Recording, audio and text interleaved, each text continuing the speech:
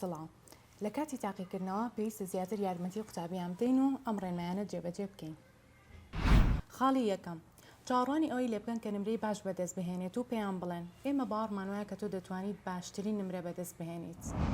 خاڵی دووەم، کەشێکی هێمن دروست بکەن لە ماڵ و سەردانی و داواتکردن کەم بکەنەوە.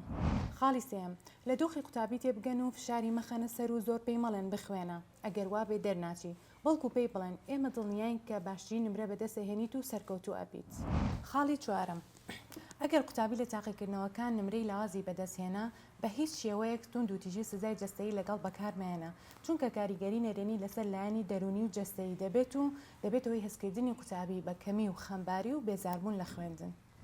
خاڵی پێنجەم، هەوڵ بدە لەگەڵ قوتابیەکەت دابنیشە وەک هاوڕێیەک، سەرەتا وەسفی بکە و پێی بڵێ من دەزانم کە تۆ قوتابێکی زیرەکی و توانایەکی زۆرت هەیە و قوتابێکی بەتوانیت و ئەو نمرانە لەگەڵ ئاست و توانەکانی تۆ یەک ناکردنەوە، بەڵکو دەبێت هۆکارێکە بێت بۆ کەمی نمرەکانت. لە پاشان هەوڵ بدە هۆکاری کەمی نمرەکانی بزانی، واتە هەوڵ بدە بزانی پاڵنەری لاوازی نمرەکانی چییە؟ ئایا قوتابی خۆی ناخوێنێت، یاخود ڕەشبین و بیرکردنەوەی نەرێنیە، یاخود هاوڕێی خراپی هەیە کۆتۆتە ژێر کاریگەریان، یان ژینگەی قوتابخانەکەی خراپە، یاخود مەشغوڵە بە فەیسبوک و بەکارهێنانی ئەنتەرنێت. لە پاشان هەوڵی چارەسەرکردنی پاڵنەری لاوازی خوێندنەکەی بدە. بۆ نمونە ئەگەر بەهۆی فەیسبوکەوە ناخوێنێت و مەشغوڵە، ئەوە پێی بڵێ هەموو شتێک بە ئەنجامەکەی هەڵدەسەنگێنرێت، واتە بەهۆی ئەنجامەکەیەوە بۆمان دەردەکەوێت کە باشە یاخود خراپە.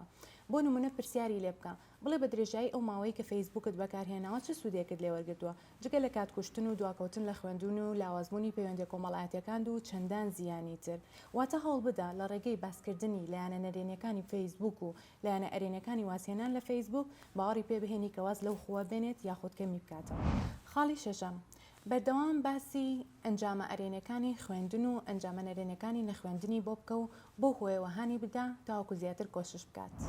خاڵی حەوتەم، وا باشترە بە منداڵەکەت نەڵێ کە پێویستە لە هەموو وانەکان بەرزترین نمرە بەدەست بهێنێت، بەڵکو پێی بڵێ هەوڵی خۆت بدە و هەموو هۆکارەکان بگرە بەر دڵنیا بە باشترین نمرە بەدەست ئەهێنیت، چونکە ئەگەر پێویستت کرد لە سەری کە نمرەیەکی دیاریکراوە بەدەست بهێنێت، ئەوە ئەو پێویستکردنە تووشی فشاری دەرونی ئەکات و وای لێ ئەکات کە بەردەوام لە دۆخێکی هەڵچوونی دابژی و بەردەوام بیری لای ئەنجامی تاقیکردنەوەکان بێت و بترسێ.